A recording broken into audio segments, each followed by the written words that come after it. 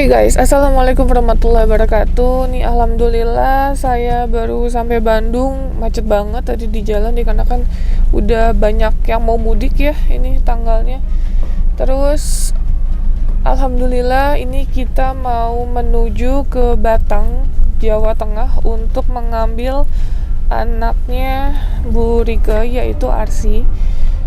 Jujur ini prosesnya nggak mudah ya. Bener ya? Iya benar. Ya Allah, ini aku sampai nggak bisa tidur mikirinnya. Terus WhatsAppan sampai malam, sampai jam 1, setengah 1 untuk menanyakan ini gimana nih, ini gimana gitu. Karena suaminya Bu Rike sangat tidak kooperatif ya. Sekali lagi dijelaskan, sangat tidak kooperatif, tidak bisa diajak komunikasi, terus tidak bisa diketemukan, terus nggak tahu jalan tangannya seperti apa. Awalnya bilang bermasalah dengan uang 15 juta, oke kita mau siapkan, tetapi menghilang gitu, nggak jelas ini juntrungannya gimana. Jadi aku nggak tahu yang dipermasalahkan itu apa selain uang.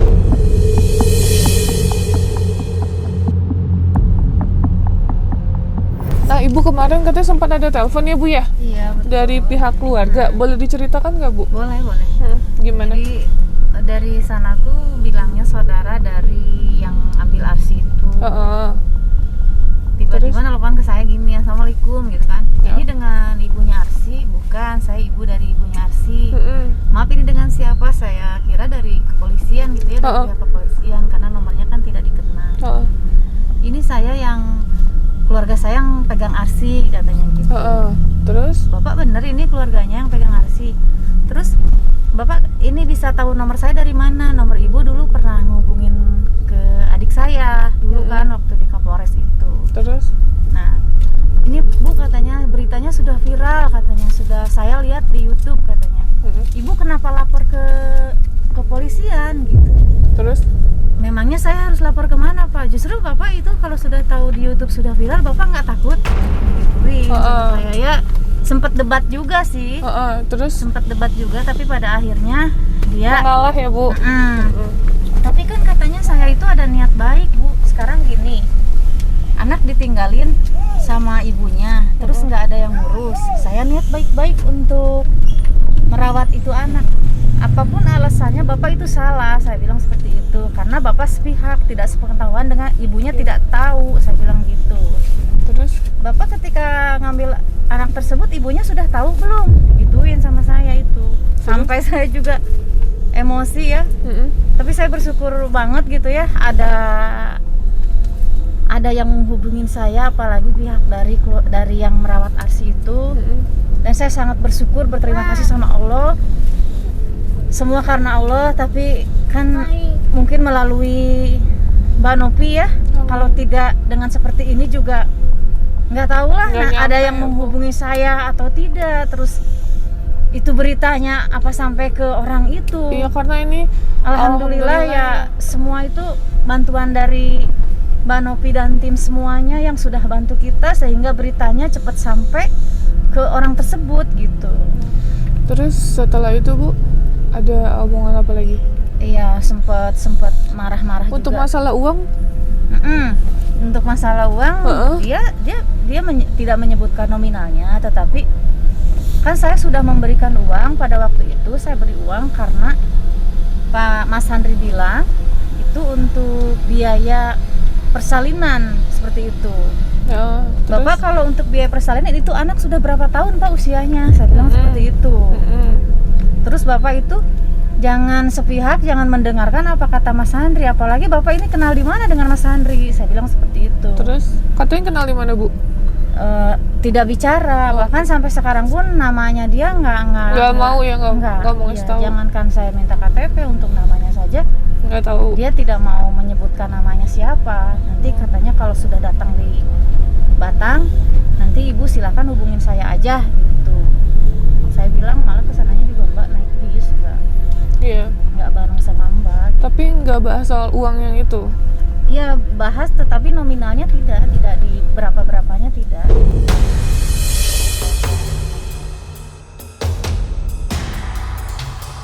Terus ada pembahasan lain nggak Bu? Ya itu aja sih. Saya juga kemarin tuh agak sedikit rada emosi ya.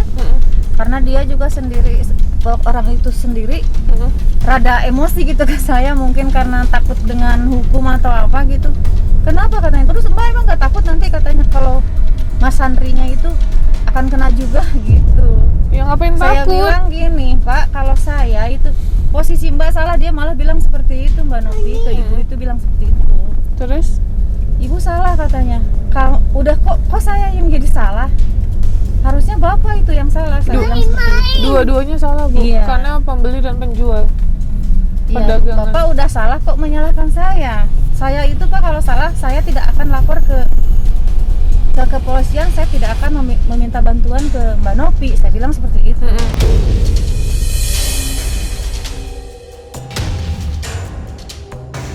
Alhamdulillah juga sih atas bantuannya Pak beserta tim gitu, kita bisa langsung ini menuju ke Batang, dan di sana sudah dikoordinasikan juga. Aku nggak tahu nanti prosedur seperti apa, tapi nanti kalau ada pembahasan masalah uang, aku udah siapkan uang 25 juta sekarang gitu. Takutnya nanti alasan uang ini itu nanti malah sulit lagi, ini lagi. Makanya kita siapkan aja. Jadi biar nggak ada kendala nanti ke depannya ya.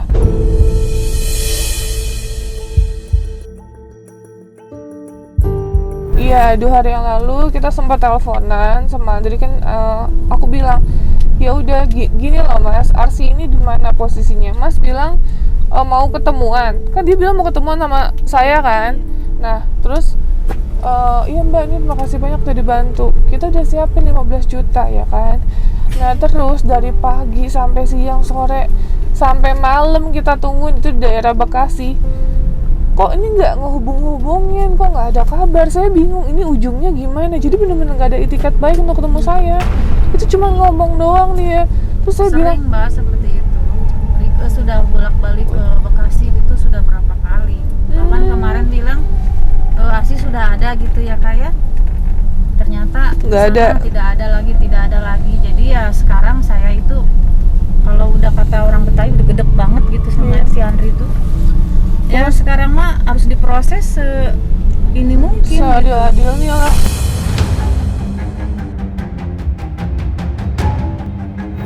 Saya mastiin lagi sama Mbak Rike, Mbak ini udah fix kan, Mbak nggak akan kembali lagi kan? Udah.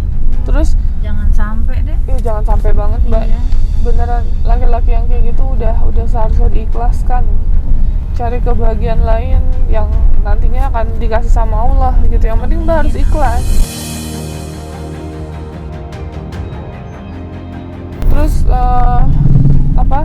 Andrinya mengelak lagi ya Net ya? Iya. Enggak, saya nggak banyak alasan. Ini guys rekamannya. Adik saya, saudara-saudara saya nelfon saya. Kok begitu? Dia bilang begitu. Kenapa, itu ada masalah apa? Dia bilang gitu. Kan dia semuanya udah pada tahu Mbak masalahnya bagaimana gitu loh. Nah terus kenapa hari ini nggak ada cuman kabar Mas? Saya bukan nggak ada kabar Mbak. Saya udah WA-an sama istri saya. Istri saya nggak ngasih tahu ke Mbak. Loh, enggak, saya WA. Kenapa Anda nggak balas? Saya sudah Saya siapkan bukan nggak uang balas. 15 juta. Kan Anda Iya. bilang. Apa mau alasan Iya, gimana Mbak. Mas? Saya nggak mau ada alasan Mbak. Saya nggak pernah ada alasan. Saya cuma nyari si Arsi Mbak. Tadi pagi saya berangkat nyari Arsi. Di telepon udah nggak aktif. Loh. Saya tuh bukan orang yang Mbak pikirin. Saya punya keluarga, saya punya saksi. Silakan Mbak datang ke rumah saya. Ayo kita ambrukin semua barang-barang biar kenyataannya mana yang benar, mana salah Mbak tahu. Tahu nggak Mbak? Saya sama yang adopsi itu bukan karena kemauan saya. Awalnya tuh kemauan Rahma dan saya berdua. Nah itu dia rekamannya. Jadi dia bilang enggak, saya nggak pembelaan, saya nggak ngelak loh. Saya kan nggak butuh. Pertolongan ya. Iya. Itu ya Allah udah kasih pertolongan lewat Mbak Novi. Amin Udah Ibu, amin, sangat amin. Ya Ibu mah sangat bersyukur banget. Terima kasih gitu ya, bersyukur sama Allah, berterima kasih sama Mbak Novi. Mudah-mudahan Mbak Novinya dimudahkan, dilancarkan semuanya, segala sesuatunya. Amin, amin. Ibu mungkin baik secara Mbak Novi waktu, terus ekonomi ya, Nggak apa-apa Bu. finansial, waktu Mbak gitu kan, Nggak apa-apa. semuanya dibantu sama Mbak Novi. Alhamdulillah.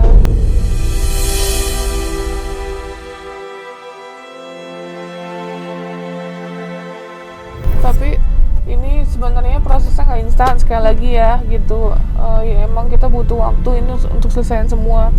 Kemarin juga sempat Soalnya ibu berpikir kalau tidak seperti ini, ya Allah, kayaknya lama ini Dede itu nggak entah ketemunya berapa tahun lagi kalau tidak sampai viral seperti kemarin. Nunggu kita kabar dari Punten, saya bukan tidak percaya gitu ya, saya sangat percaya dengan kerja kepolisian, saya sangat, tetapi mungkin karena kepolisian juga banyak kan yang harus yang harus diurus kan, mengurus negara itu bukan 1-2 orang gitu, banyak. Prosesnya akan lama, Mbak.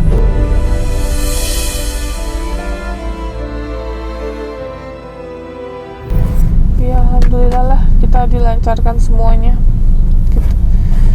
Jadi Andri sampai saat ini nggak ada komunikasi lagi? Tidak ada ya, Naya? Nggak ada kan, sampai sekarang pun nggak ada. Aku juga nggak WA dia, nggak WA dia. Minta bantuannya lagi ke Mbak Novi ya untuk Andri, Mbak. Tolong diinin aja, disesuailah sama apa yang dia sudah perbuat. Soalnya saya tidak terima kalau dia tidak masuk sel. Saya tidak terima.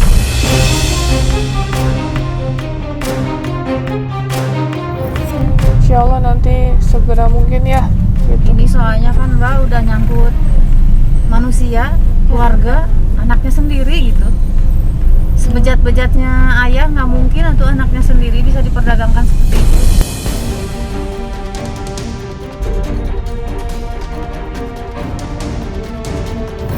Karena ini prosesnya kemarin masih LP ya, masih LP belum SP. SP itu surat penangkapan gitu, belum. Jadi ya nanti lihat, tunggu prosesnya seperti apa, kita ikutin alurnya aja. Aku juga mau ngucapin makasih banyak ya, makasih banyak untuk kalian yang sudah men-share video aku kemana-mana, di Facebook, terus di grup Batang, sampai di Instagram juga, pokoknya di mana-mana deh. Aku juga nggak nyangka kalau bakal viral lah gitu. Jadi tanpa kalian nih jujur mungkin nggak akan bisa nyampe lah ke penonton yang sekarang merawat Arsy gitu. Akhirnya bisa nyampe karena adanya berita Batang yang katanya posisinya di sana dan mengadopsi atau mengasuh Arsy tanpa izin gitu. Aku juga nggak tahu ini masalah aktenya gimana ya, karena katanya udah bikin akte kan dia ya? Iya. Udah dibikin akte. Tapi Mbak kok bisa ya bikin akte tanpa ini? Aku itu nggak tahu Bu. Biasanya kalau setahu aku akte itu cuma satu. Kayak misalnya saya punya anak asuh nih ya kan, yang saya rawat sekarang. Nah itu ada aktenya, tapi kita pun harus ada penjelasan bahwa ibunya adalah ODGJ gitu. Seperti itu sih Bu. Tapi saya nggak tahu nih kalau misalnya dia bikin akte palsu atau seperti apa, tidak diperbolehkan sebenarnya.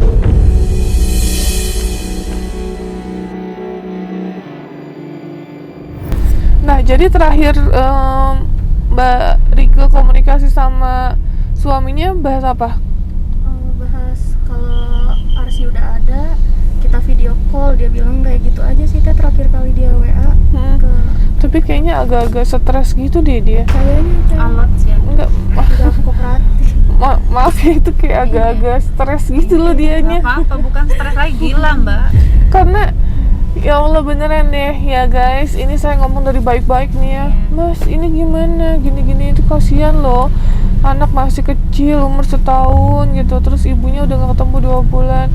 Iya, terus dia ngomongnya, iya tapi istri saya, Mbak jangan sepihak dong. Iya saya gak sepihak, oke kita dengerin. Tapi istri saya dia ngejek-jelekin gitu, aduh saya pusing. Terus bilang, Mas itu kan aib ya, aib keluarga, gak usah cerita ke kita. Saya cuma tanya Arsy di mana, bener gak sih Mbak? Iya. Kan poinnya itu, kalau punya hutang ayo saya bayarin. Terus dia mengelak lah ini itu kanan kiri. Dan ternyata saya juga baca di komen bahwa dia ini emang troublemaker, suka membuat masalah. Karena ada kasus penipuan mobil di Cibinong ya katanya. Banyak Teh. Oh kasusnya banyak. Jadi pas kita share video gitu, banyak yang komen bahwa kenal sama Andrinya dengan kasus-kasus yang ada.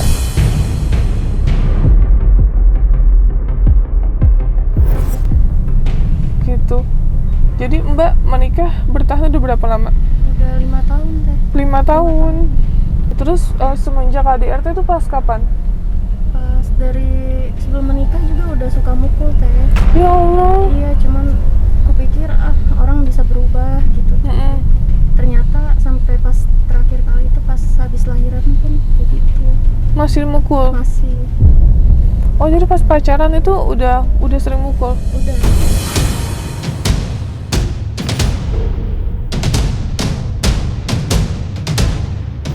Bukan kemarin itu hari Jumat katanya mau ketemuan sama 2 keluarga. Iya, Enggak ada teh. Ditanya pun si Andri malah jawab untuk apa lagi katanya. Bahas apa lagi? Padahal dia yang minta ya? Padahal dia yang minta.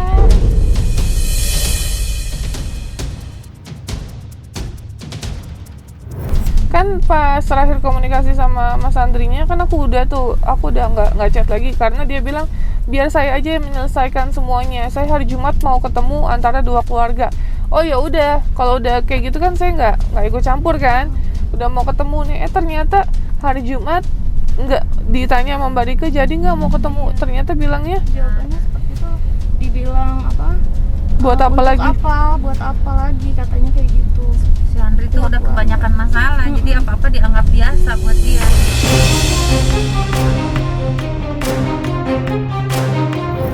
Iya sih, harus ada tindakan Iya. dari pihak kepolisian. Nah Bu, jadi Ibu nanti maunya prosesnya setelah Arsi ketemu ya Bu? Betul. Insya Allah nih ya. Buat si Andri tuh ya, Andri kamu ya, kalau kamu nonton ya, Pasti nonton Bu. kamu ya udah nyakitin anak saya, udah menghilangkan juga anak kamu sendiri. Saya nggak bakalan terima kamu seumur umur hidup saya, Andri. Saya benci sama kamu, Andri.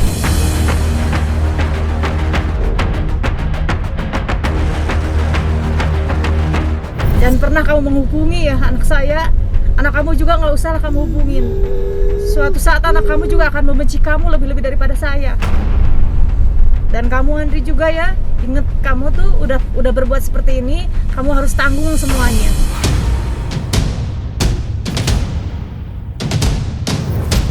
Mbak Nopi, Ibu mohon perjuangan Mbak Nopi jangan sampai berhenti, Mbak. Bantu Ibu terus. Iya, insya Allah Ibu, insya Allah. Mungkin kadang Ibu suka berpikir kalau tidak ada Mbak Nopi, tidak ada tim, kayaknya prosesnya akan lama ini, nggak tahu ketemunya juga kapan gitu dengan Arsi. Dan orang itu kan tidak ada itikat baik. Ketika dapat info atau dapat berita seperti itu baru bisa hubungin saya, terus kemarin kemana gitu. Kalau memang dia benar ada itikat baik atau dia memang baik gitu kan, harusnya sebelum seperti ini kejadiannya dia sudah menghubungin kita, tapi kan tidak ada.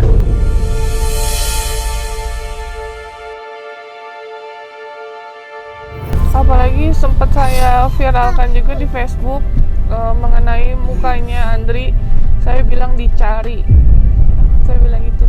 Jadi langsung lah itu Andri ya, langsung ngehubungin kan. Tadinya dicuek-cuek aja, pas saya share terus ada adiknya yang ngeliat di Instagram saya, nih alhamdulillah juga. Terus adiknya nanya sama Andri, Andri itu ada masalah apaan kok di Instagram Tenovi ada katanya gitu.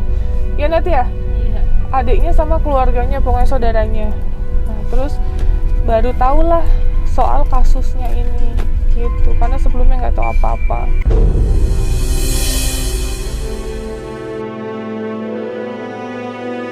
Ini kita niat baik untuk bantu orang, anak yang sudah nggak tahu kemana, ujuk-ujuk ada di Batang, dan perjalanan juga ini jauh ke Batang ya, Jawa Tengah loh, dari Bekasi, bayangin dong. Ya udah jalannya seperti ini, menjadi pelajaran dan pengalaman juga untuk kita semua agar lebih hati-hati ya. Jujur aku kaget juga pada saat ngelihat di Facebook banyak banget penjualan ilegal ya. Aku sampai merinding, jual beli bayi guys. Jadi aku nggak tahu nih ini, aduh, kenapa harus ada seperti itu. Kita aja nih ya, kalau ada bayi yang melahirkan, itu kalau kita tidak memberikan ke yayasan, kita nggak akan berani. Karena yayasan itu kan adalah legal, benar nggak? Sudah di ACC sama dinas sosial, pemerintah dan lain-lain.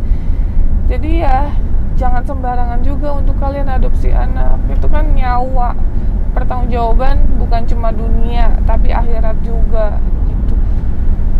masalahnya kedua orang tuanya ikhlas tetapi tidak sesuai prosedur, apa nggak mikir nanti ke depannya seperti apa gitu kan, harus dipikirkan juga. Jadi ya tolong deh hati-hati kalau kalian pejuang garis 2 ya, mohon sabar, Allah akan memberikan kebahagiaan nanti pada waktu yang tepat. Jadi jangan pernah mengambil hak orang lain. Sekali lagi tetap berusaha ya, tetap berusaha, akan ada kebahagiaan di waktu yang tepat insya Allah yang Allah berikan.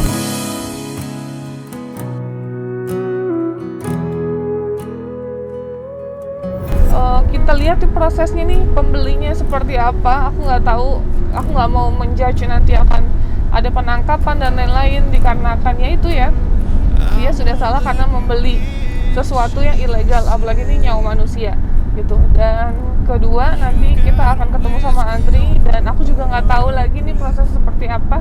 Jadi nanti ikutin terus prosesnya. Bismillah, sekali lagi mohon doanya yang nonton tayangan ini Allah mudahkan dan kita juga yang jalan ini diberikan kemudahan oleh Allah Subhanahu wa taala. Oke guys, ikutin terus.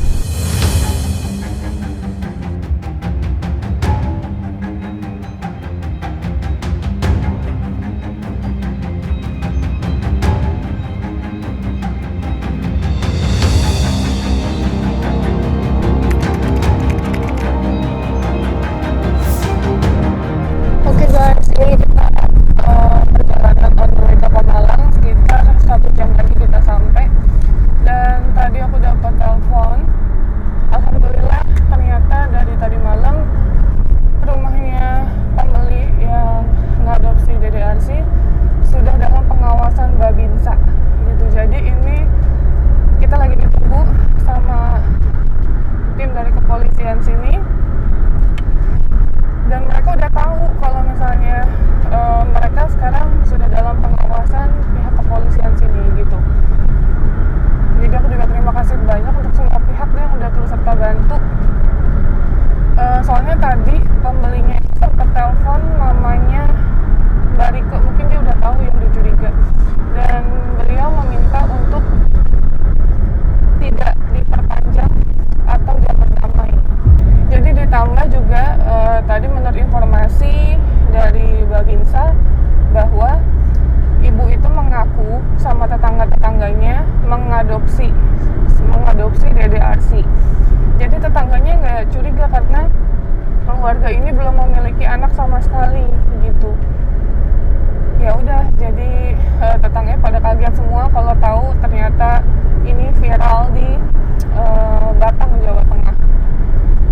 Perjalanan 1 jam 1 menit lagi karena ini jauh ya dari Jakarta. Tadi kita ke Bandung dulu, baru ke Jateng.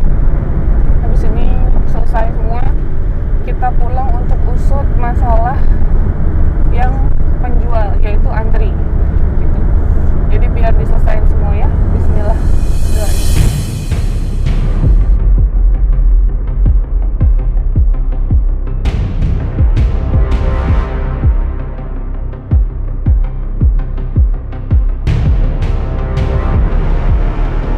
Oke guys, ini kita sudah sampai di Batang.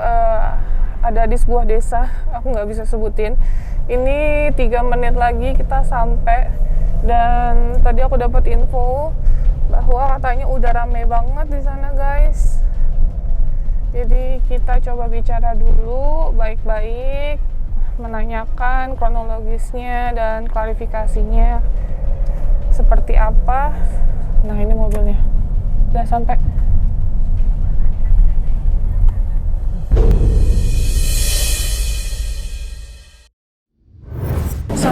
Pelan-pelan ya, ngomongnya pelan-pelan.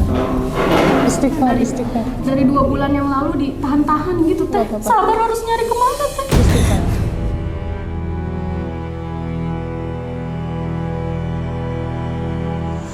Ini kemarin Pak. Nggak ada Mbak, kalau Mbak emang ada itikat baik, seharusnya dari awal kenapa Mbak blokir kontak saya Mbak? Kenapa tunggu viral dulu baru Mbak kayak gini? Gini Mbak.